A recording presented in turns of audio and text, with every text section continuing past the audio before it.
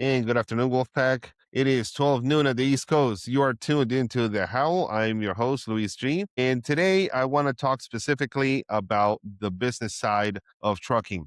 We're going to talk about dispatching and we're going to talk about how the brokering system works. And at the end of the day, we're all trying to make money, right? So we're going to talk specifically about the techniques and what we need to do in order for us to actually make money while driving a truck or operating a dispatching company or even freight brokering. So let's get right into it. Now, I talk to drivers every day and I see a big mistake. A lot of these guys are playing checkers, playing chess. They see a load for $3 a mile and they think they hit the jackpot. But what they don't see is that $3 a mile load takes them in the middle of nowhere. And we need to stop doing that. And dispatching isn't about the load that you are hauling today, it's about the haul of tomorrow. If you take a high paying load into the middle of nowhere in a dead zone, you're going to kill all your profit coming out of the dead zone and into the rest of civilization. I want you to visualize a map of the US and you will see there are green zones and there are red zones. And when I was dispatching, I knew never go into the red zone unless you know what you're doing. Maybe you have something prepared. That's a different story. But if you're just going in because you thought that a very good load is going there, there is a reason why it's paying so high. It's because the zone, nobody wants to go there. And the smart dispatchers know not to take your trucks there. So that is just a little tip for the beginning of the show. But we have so much more stuff coming into this show today. We're going to talk about what we need to do to get good drivers. We're also going to talk about where we can find freight. Also, good brokers out there. There are bad ones and there are good ones. You know, there's everything. And how to know which one is which. A lot of you log into the DAT and you just look at the rates and you're looking at the wrong number. You need to look at the load to truck ratio. If you're looking at the city and there are 100 loads available, but only a 500 trucks sitting there, the broker has all the power. This is what we have to understand, guys. They are going to drive that rate into the dirt because someone will be desperate enough to take it. But if there are 300 loads and only 50 trucks, you are the captain now. You dictate the rates. Learn how to read the room before you make the call. Now, another thing very important is that we have to vet the broker. We talk a lot about brokers vetting carriers, but carriers, you need to vet the broker too.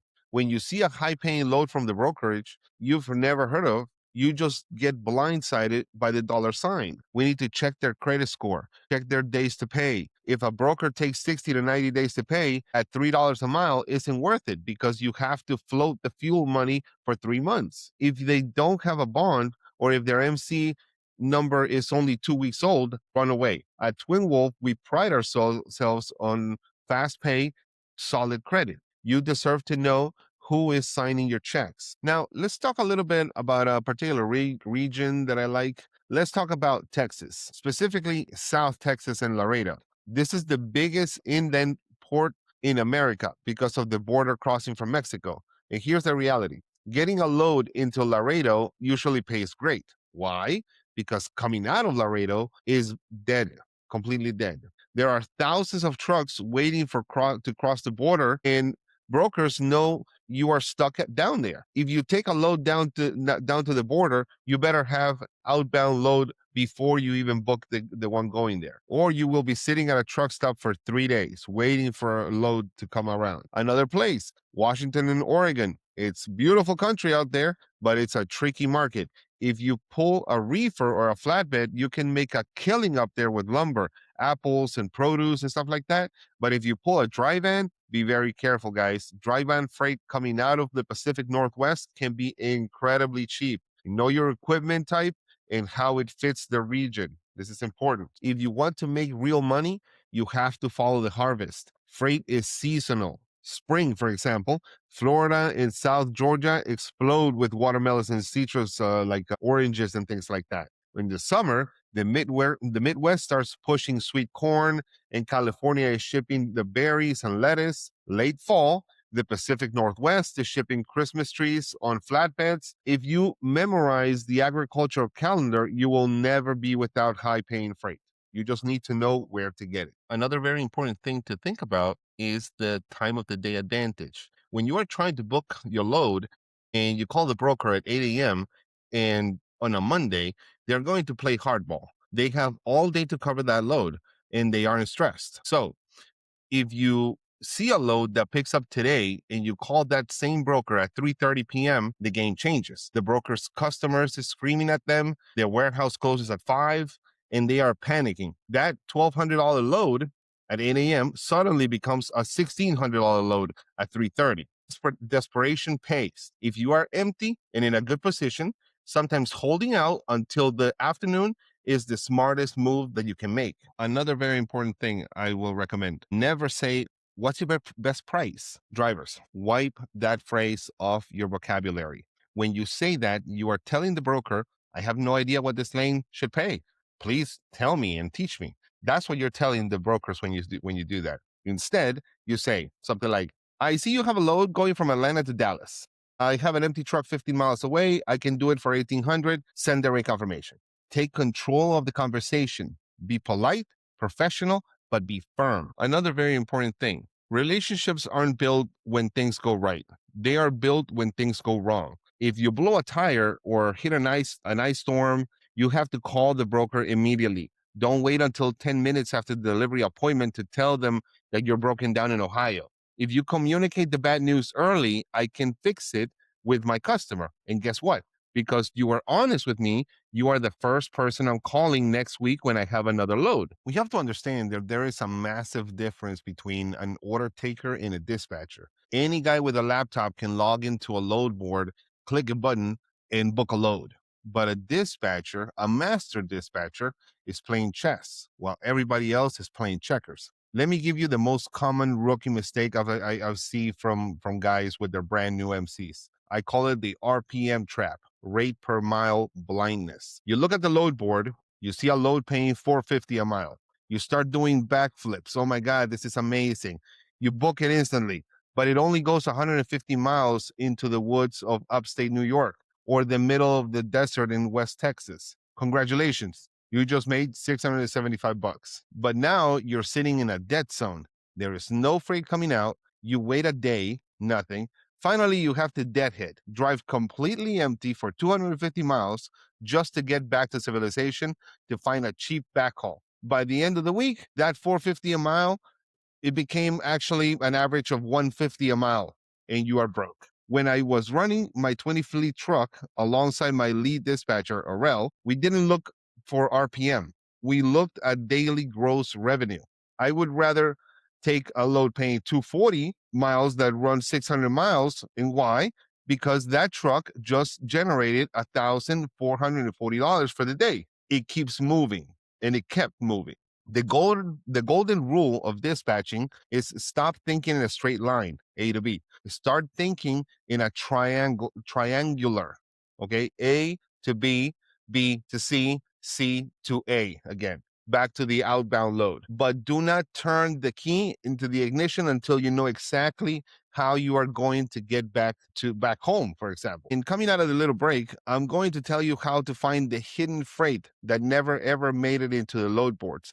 Plus, how to vet brokers so you don't end up working for free. And you're listening to The Howl. Don't touch that dial. We'll be right back. And welcome back to The Howl. I'm Luis G. Before the break, we were talking about triangle strategy. Now let's talk about where we actually are finding this freight. Listen, the DAT and the truck stop are great, but you do need them. But if you are sitting at a truck stop, mashing the fresh button every 5 seconds, hoping a unicorn load pops up, you are doing it wrong. By the time a great load hits the public board, the broker's phone number is already ringing with 50 other guys trying to get it. You want the best freight, so you need a pocket freight. As a broker at Twin Wolf United, I can tell you exactly how this works. When my best customers give me a premium, high-paying load, I do not post it publicly. I pick up the phone and call the carriers who did a great job for me last week. If you want to be on that list, you have to build a relationship. When you deliver a load, call the broker, say, hey, I dropped off the load in Dallas. Here's a clear copy of the BOL. Can we run this again next week? I get the priority on this guy, and I understand that they did a great job to begin with. So I have no problem calling him first before I actually post it on the load board. You essentially have to be a solution for their problems. Trust me, the brokers much rather call one guy than 50. So if they can trust you enough to give you the load every single time, they solve the problem. They know that you are their trusted guy. They know they can call you first, and you just made their priority email list. Now, hold on. Before you get into that list, you need to vet the broker. This is very important. You have to check their MC number. Is it 2 weeks old? Run away. Check their days to pay. If it's 60 to 90 days, that also doesn't really work. And also you have to check their credit rating. If it's D-rated, you might never see that check. But another thing that is also very important that I think that this is not really written down, but if you would say, I can't see the broker. I don't know what they look like. I don't know who they are. I don't even know where they are. So you have to go by a little bit by instinct, what they sound like, what the email signature is. Something as simple as that. You can go on their website, see if they have a professional website, if they have a US based address. All those things can give you a little hint of how professional this broker might be. Because I understand maybe the MC number is brand new, but that doesn't necessarily mean that they are a bad broker. They just mean they're new to the business. You just have to understand that there are sharks in the water and you have to protect your own interest. So just to recap real quick, drivers, I'm telling you this for your own good.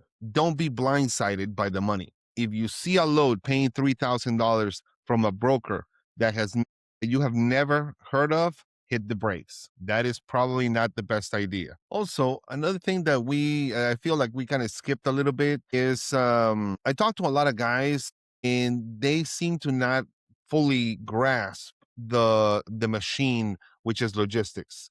They don't understand what it goes into it and all the players in it.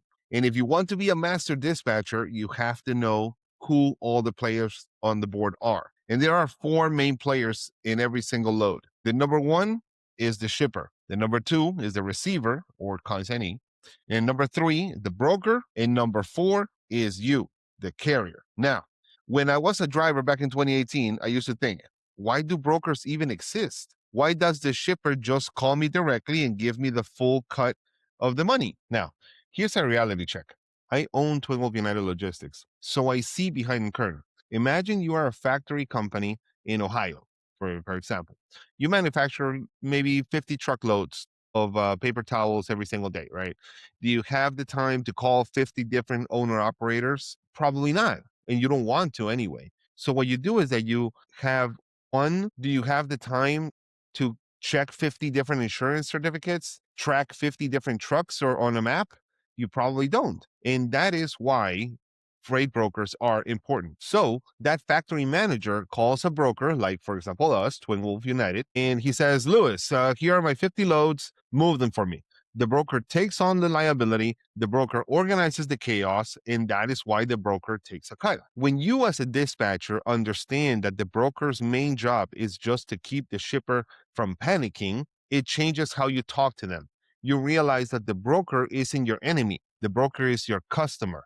And if you make that customer look good to the shipper, they will throw money at you all day long. So let's talk about the life cycle of a load. Let's walk through the actual, how does it become a pallet in a warehouse to money in your account? And it basically starts with the tender. The shipper tells the broker, I have 40,000 pounds going to Dallas, for example. The broker looks at the market, prices it out, and then posts it on a load board. It could be the DAT or the truck stop, and there's a few others, but the main ones are the DAT, the DAT, and the truck stop. Or if you listen to my tips earlier, they call their favorite carrier before they even post it on the load boards. And then you call the broker, you negotiate the rate like a pro, of course, like a pro, and you agree on, let's say, 2,000. What happens next? The rate confirmation. Listen to me. If it is not on the rate con, it does not exist. This is very important. I hear complaint after complaint from carriers that don't read the rate confirmation. This is important, guys. If the rate confirmation says something and maybe you and the broker talked about something else over the phone or something, it has to be on the rate confirmation. Okay. This is basically a contract. If the contract is not signed and is not read properly, then you're probably leaving money on the table. I don't care if the broker promised you detention pay over the phone. I don't care if they promised you TARP fees. If you don't see it priced out on a PDF before you pick up that load, is probably not going to happen. You have to check the weight, check the commodity, check the pickup times. You have to make sure that everything that you discussed over the phone and more is listed on the rate confirmation. And if you don't like something, call the broker and tell them, listen, I need to edit this because that is not what we agreed. And if they don't want to do that, if they don't want to edit it to what it was discussed originally, it's probably not a good idea to do the load with them in the first place. Next, you go to the shipper. They will load you up and they will hand you the BOL, the bill of lading. And guys, the BOL is literally your paycheck. This is what we call, in at least what I call the POD, proof of delivery. You're gonna need that by the time you get to the consignee. If you pull away from the dock and you didn't check to make sure the piece count on the BOL matches what's in the trailer, you just bought yourself a massive headache.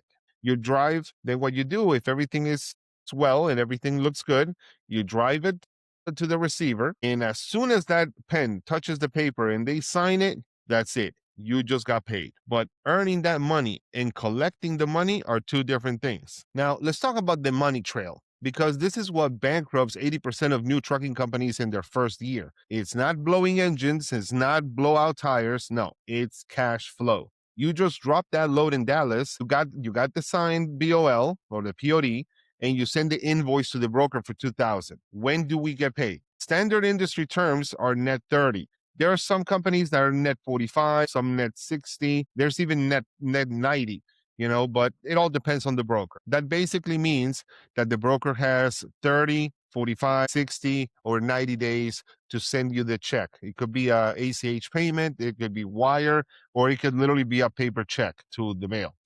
But wait a minute, you need to buy diesel tomorrow to get to your next pickup. You have to pay your truck payments next week. How do you survive for 30 days without that 2,000? This is where you have two choices. The choice one, the quick pay. A lot of good brokerages like myself, we offer that quick pay option. You take a small percentage cut, usually 2, 3, 5. It depends, and we will direct deposit that money into your account in 24 to 48 hours. If you are a single truck operation, quick pay is the best friend. Now, the option two is you hire a factoring company. You sell them the $2,000 invoice, they take 3%, maybe it could be up to like 7% depending on the company, and they give you the cash immediately. And they are the ones that are going to end up waiting the 30 days to collect the broker fees. Now, this is where they make the money, because they have the cash flow to wait 30 or even 90 days, but they will take a little commission off the top. As a dispatcher, you have to manage this cash flow. If you book a load with a cheap broker who doesn't offer quick pay and you don't have a factoring company, you are basically giving that broker a free 30-day loan while you starve. And this is very important. You have to know your money trail, know when you are getting paid before you ever turn that key. And the reason I'm sharing all these tips in basically the ecosystem of the trucking business, the rate confirmation, the money trails, because an educated driver is a profitable driver. And I got to tell you guys, when I first bought my first truck, I didn't know much of this.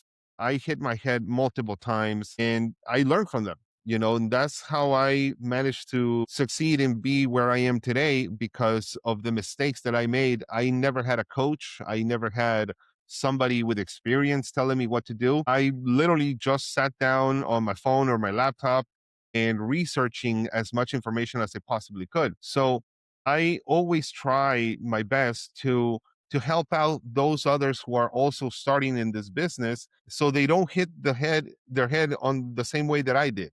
Because I got to tell you, those hits can be hard. They're tough lessons. A lot of times it was very expensive lessons that I had to learn. In my first episode, we talked about a broker. I'm sorry, not a broker, a carrier that I signed up with when I first bought my truck. I didn't know about getting my MC number. I didn't know about how to get my DOT number. I didn't know the insurance. All of those things are things that I had to research and learn on my own. So I guess for a lot of new guys out there, the first thing to do is to lease their truck onto a carrier who takes owner operators. And this is usually it's a good option, but you have to be aware there are some very slimy carriers out there that will lease on the truck and give you loads. They'll keep you running, they'll keep you moving. But as I mentioned in the rate confirmation, whatever you see in the rate confirmation, that is what you are getting paid. But the problem is that when the broker sends the rate confirmation to your slimy carrier, they can mess with it. They can mess with the PDF file, they can edit it, and they can give you uh, an edited version of that PDF. So those $2,000 that you thought you were going to get, it turns into 1,500, and you don't know any better. You just think, oh, that's fine. I mean, that's what they paid, right? That's because you trust them, because you believe what they told you. Because for the most part, this business is trust oriented. We have to trust each other for this business to work. This is the first time, it is the first time that I'm actually showing my face to the world, to other carriers, to other brokers, to other potential clients, to active clients. Because for the most part, this business is based on phone calls and emails. So we don't really see each other. We don't shake hands. We don't know if the person that we're talking to is trustworthy. So this is based on building trust over the long run. So after you do many loads together, or you believe, at least to a point, that you can trust that carrier, that broker, whoever. And the reason that I built Twin Wolf United Logistics is with that spirit, with the spirit of the brotherhood, of helping each other and not putting each other down. If you guys are succeeding, I believe that I'm succeeding as well. If I get a load from my client and I manage to give it at a reasonable price to a carrier and give them a good discount, I'm sorry, not a discount, I should say a good rate, everybody wins. Everybody's happy. You know, I'm happy because my client is happy, and the carrier's happy because they did a good deal. Something else that I always like to tell everybody, guys, don't be afraid to ask questions. Don't be afraid of that. It's better to look like a fool once and not fail 1,000 times. It's always okay to call me. I've received calls multiple times from different carriers who are just starting, or different drivers who are just starting, and ask me, dude, what do I do to buy a truck? Or what kind of insurance should I get? What kind of insurance do you have, so I can maybe call the same guy? I get a lot of those calls all the time. Even carriers that are like just got their brand new MC, and they're begging me for a load, because that's another thing. As a broker, I have to be able to trust that brand new carrier is trustworthy, and that he's going to pick up the load on time and deliver it directly without deviating to who knows where. That it has happened to me.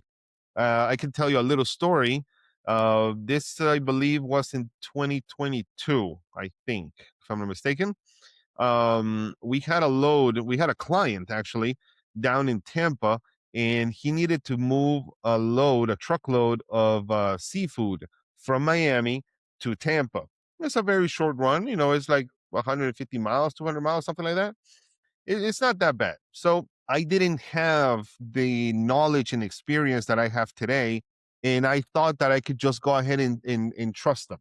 That was one of my biggest mistakes in this business, because send them the setup packet that we had back then, which was just a regular PDF file. I didn't have RMIS like I have today, and so they filled it out, they signed it, they sent it back. I sent them the rate confirmation. They picked up the load. Good enough. They picked up the load, and the next morning, the guy wouldn't answer the phone. The guy would not answer the phone. I called him. Finally, he answered the phone, and they told me that they had a terrible accident, that the truck was wrecked. And at first, I was like, "Oh my God, that's terrible," but we have insurance, whatever, so that's okay. We'll get through it. The driver was okay, so that was great. But then after I start getting the so-called evidence of the accident, it turns out there was no accident. The police report that they sent me was complete bogus. It was absolutely nothing. It was just a made up document that they made on a computer, and the pictures of the accident downloaded from somewhere. I don't know, but it was just a complete lie, complete fabrication. So long story short, we never recovered. We never recovered the client. We never recovered the load. Actually, incredibly, the police partially found some of the pallets that were stolen in Miami. They found them in a warehouse in Miami somewhere. I don't remember. But that was amazing that they even found something. I don't really know what happened to that carrier. I lost track, and I'm not I didn't want to waste my time, with that. But luckily, we did have insurance. Luckily, it was covered under the insurance. But obviously, what do you think the client's going to do? You think the client's going to give that business again to a broker who lost one of their trailers, one of their truckloads? Of course not. We lost that client forever. I don't know if maybe I called them now. Maybe they don't remember us, and maybe they'll just give us the business again. I haven't tried that, but it's definitely this is just because we trusted too much. We trusted too much in a carrier, so it requires trust on both sides. And today we have a lot of tools to minimize that risk. We have RMIS, we have tracking with MacroPoint, we have electronic signatures for the PDF files and the rate confirmation. So we have pretty much everything a huge carrier and a huge freight broker firm should have to be successful. And this falls also on the premise that when you're doing business with a new carrier who doesn't really know you, or a client who doesn't know you, this goes to them to show, okay, these guys have all the necessary tools. They have all the backups. They know what they're doing. This goes for us. It works for us to have all the tools necessary to run a good operation and to show that we can run a good operation. Now, another question that I get asked a lot is, how was the transition from being just a company driver into owning a fleet and then a freight broker? So I would say that it just happened by its own weight. I mean, in the simplest terms, because I never planned for this. I went to college for mechanical engineering. It was nothing to do with trucking. It was actually to fix airplanes. It was completely out of the ordinary the way that all of this happened. But I think the reason that we started growing little by little is because I was always hungry. I always wanted more. I always wanted to not stay still. And I feel like that is what has made us successful enough to be able to compete. And we're still not there yet. I mean, we're still growing. And I'm not saying that we are perfect in any way. I'm not saying that, but I am saying that we are always trying to improve and to fix the problems that we have. Every day is a learning day. Every day we find out a new problem, we find a new challenge. And the idea is to grow from that challenge, to learn from the mistakes and to not do them again. I guess the biggest reason why I went from company driver to owner operator is because one of the guys, I worked for like 5 or 6 different companies as a driver in the 2 or 3 years that I was driving. I was actually driving for a little bit more, but let's just say 3 years. I don't know if I'm going to get in trouble for saying their names, but I worked for Melton. I worked for TMC. I worked for US Express. I worked for, what was the other one? The other one was a little sketchy carrier. The ones, I mean, they only have 2 or 3 trucks. You know what I mean? I worked for them, and those guys that's where I made the most money. That's where I made the most money working for them. And I realized the way that they were doing the operation, I learned from them, because that's definitely me. I am always observing. I'm always looking how to do it better. Could I do it? I try to copy whatever they were doing. And I realized that these guys were dispatching me from a cell phone. And I was like, I could do that. I could dispatch myself. I could even dispatch myself. And so I started watching tutorials on the DAT, how to book loads and everything. And little by little, after like 6 months or so of working for them, I convinced my brother-in-law to come with me and help me to buy a first truck, and we bought 2 trucks. He put up the money and we started working. We bought the 2 trucks and I started driving one of them, because obviously, I have experience already, and I started driving, and it was pretty good. It was not bad at all. I actually enjoyed it, because as I was making money, I was also learning at the same time. That's when I got the truck leased onto that carrier, and they rented a trailer for me. They gave me a trailer. They gave me the insurance. They gave me the all the permits and stuff. Basically, I mean, they set me up, right? They sent me the stickers for the truck. So in a way, that was a big help because I needed to do all those things, but I didn't know how to do it. So the easiest way was just to let them handle it, and I'll just drive, and they can handle the factoring company, they can handle the insurance, they can handle the permits, all of those things, right? So again, while I was working for those people, I was also learning how they were doing the operation. I always ask questions, guys. Remember, ask questions from your dispatchers, from the brokers when they call you. When the brokers give you a call to check on the load, how they're doing, what's your ETA, ask them something. Ask them something, whatever it is. Just think of something. Hey, how much did you pay for this load? Ask him that. That's a good question, right? How much did you pay for this load? And that's going to give you the answer on, are you getting screwed over or not? That's how I found out that I was getting screwed over, because I started noticing when I went to a shipper once, man, I think it was Ohio or maybe Illinois, somewhere over there in the Midwest. And I was waiting to get loaded, and there were like 5 or 6 other truckers there, and they were all talking. And one of them, I remember, said that they were making like 2,500 or something on the same lane, the same run that I was making, and I was getting 1,800.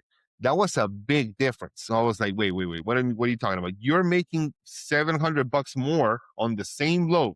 So what I did immediately, I started doing a little bit of back research. I checked on the previous load and the previous one, and dude, I found like 4 loads in just 2 weeks that they were skimming a lot of money off the top. I think I rounded out to like $2,000 altogether, more or less. I don't remember back then.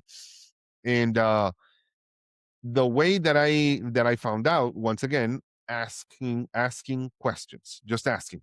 I called the broker. At first, the brokers don't really want to tell you. The brokers don't really want to say how much they're paying, because they think that you're just a company driver. That's what they think. And I guess by the rate confirmation, they are not supposed to say it. They are not supposed to tell you. As a matter of fact, a lot of brokers, I do it myself, we write it on the rate confirmation that this rate is not to be discussed unless it's with the dispatcher. Okay. And that's just a standard practice. That's just a standard practice. But what I did is that I called these brokers, and once again, guys, don't be afraid. One of them didn't want to tell me at all. But one of those guys was nice enough, and I'm like, dude, how much did you pay the carrier for this? He was like, man, I'm not supposed to say, I'm not supposed to. And I'm like, dude, come on, man. This is my truck. I own the truck, man. I need to know. And he straight up told me, and I was like, dude, I was shocked. At the beginning, I was shocked because it was a lot of money. It was crazy. I was so pissed, man. So, and you get so pissed because you are the one out there missing time from your kids, missing time from your wife, sleeping in the back of a truck, in a truck stops, eating pizza all day. It's a hard life. And to know that these guys just sitting in an office are stealing your money like that, it was infuriating. I was so upset. So um that's when I decided completely 100% I'm gonna go on my own, and that was the push that I needed. I guess I was a little too comfortable. I was too comfortable just looking at a window and making money, but I guess God had a different plan for me, because that was definitely the kick that I needed, and I played it off because this carrier was very, very slimy, and they wanted me to bring the trailer back to them in Chicago. Otherwise, they were not going to pay me my last check. So what I did is that I kept it quiet. I didn't tell them that I knew how much money they were taking from me, and I just parked the trailer near where I lived. I just parked it there and waited. I told them, "Oh, I'm going on break. I'm going on break." And I just parked it there, man. I'm like, I'm not driving that thing over there after you stole all this money from me. It was the angriest I've ever been, I think. So it was hard, but it was also a big learning experience. Once again, another learning experience that cost me a lot of money. So guys, always check. Always check. It's your pocket. It's your pocket, it's your truck, it's your life. And nobody's going to take care of your life unless you do. Remember that. Nobody's going to take care of your life unless you do. You have to be the first ones to be on top of it.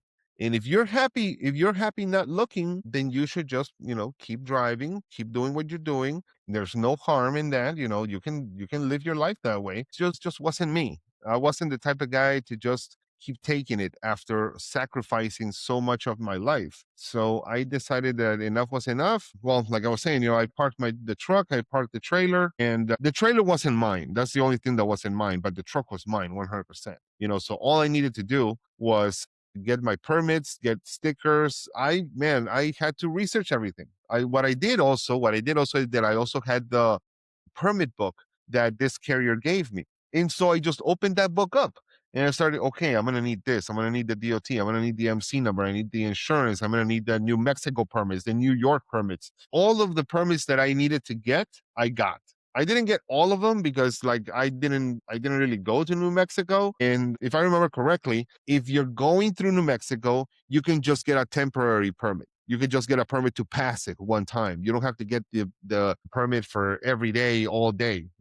So that's another thing that you can do to figure out what you need to do. If you're driving out there for any company, just grab that permit book. If you want to be an owner operator, if you want to have a carrier for yourself, this is a good idea.